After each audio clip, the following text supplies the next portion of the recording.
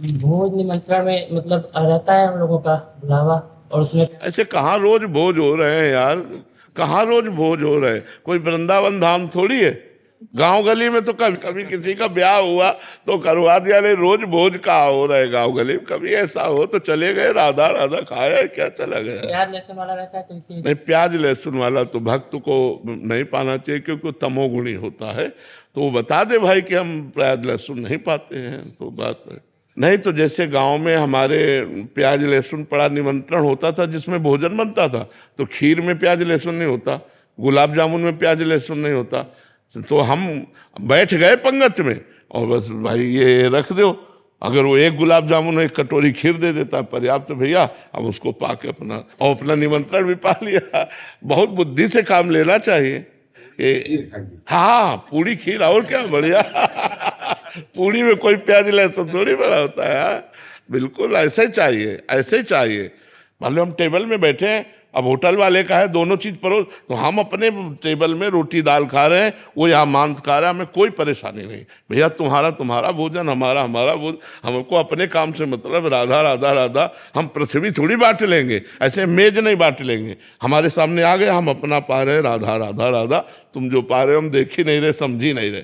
संसार में जीना है तो ऐसे चलना पड़ेगा, अपने को छुपा के और अपने को संभाल करके चलना होता है। हम गलत नहीं करेंगे, आपको जो खाना पीना हो वहीं खाए पिए, हमें कोई परेशानी नहीं। वहीं खाए पिए, हमें कोई परेशानी। हमारा लक्ष्य होना चाहिए कि नहीं खाना पीना, बस उतना भाव। कभी कभी लगता है कि हम सामने वाले को सुधार देंगे। नहीं सुधार पाओगे।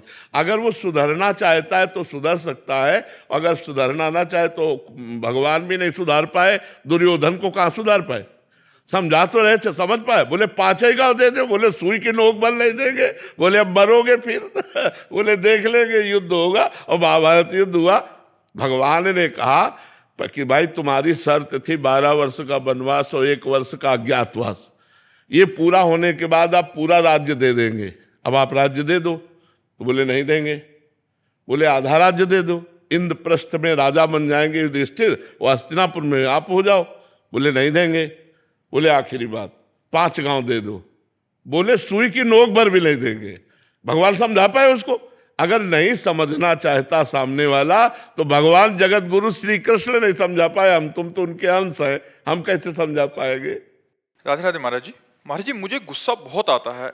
उस स्थिति में सामने वाले को उल्टा सीधा कह देती हूँ। कुछ समय पहले पति के गलत व्यवहार से क्रोधित होकर मैंने नहीं, उनको उसे बोल दिया। गुस्सा किसी का भी मंगल नहीं करता, ना अपना मंगल करता ना दूसरे का मंगल करता है। गुस्सा में अपनी भी हानि होती है, हृदय जलता है, और क्रोध से गलत शब्द निकल जाए तो सामने वाले का हृदय जलता है। हमें लगता है जिस समय गुस्सा आवे उस समय मौन रहना चाहिए, दोनों दांत ऊपर नीचे के कस के दबा के, बोलना नहीं, बोलना नहीं। अगर बोले तो गड़बड़ हो जाएगा, नहीं बोलना, और वहां से हट जाए। नहीं तो गलत शब्द, चुभने वाले शब्द और मारपीट, ये सब गुस्सा में हो जाता है। तो हमें लगता है गुस्सा ना करे तो ज्यादा अच्छा है। पति को कह दिया तुम भोगोगे, अगर राम नाम सत्य है तो तुम पक्का भोगोगे। तो मतलब तब से भजन भी रुक गया और डर भी हो गया पति के प्रति की कुछ ना हो जाए इनको। हाँ, नहीं, ऐसा नहीं कहना चाहिए, क्योंकि तुम्हारे राम तुम्हारे पति हैं। पहले तुम ही गलत हो, अपने राम को गलत साबित कर रहे हो। पति मेरे लिए भगवान होना चाहिए, पत्नी मेरे लिए अर्धांग होना चाहिए, तभी गृहस्थी चलती है। अब पति को अगर तुम भगवत भाव से नहीं देखोगे या पत्नी को आप अर्धांग भाव से नहीं देखोगे तो फिर परस्पर बैर हो जाएगा, फिर ठीक नहीं रहेगा। फिर कलह अशांति, लड़ाई झगड़ा, वो गृहस्थी नरक बन जाती है। जहाँ पति पत्नी में लड़ाई होता है ना, वो गृहस्थी नरक बन जाती है, वहाँ लक्ष्मी टिकती नहीं है। इसलिए हमें चाहिए दोनों को सही ढंग से चलना चाहिए, भगवत भाव रखकर चलना चाहिए।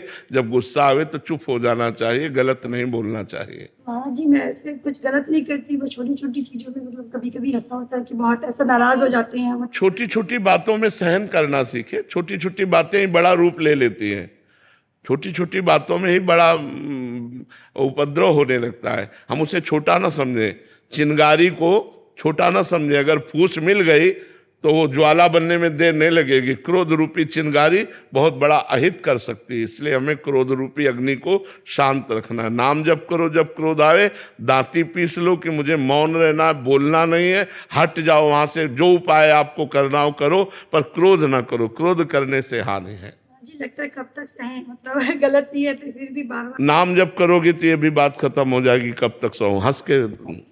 उनका स्वभाव ऐसा है, उनका स्वभाव ऐसा है, भगवान ने उनको स्वभाव ऐसा दिया है, ऐसी भावना करके शांत हो जाना चाहिए।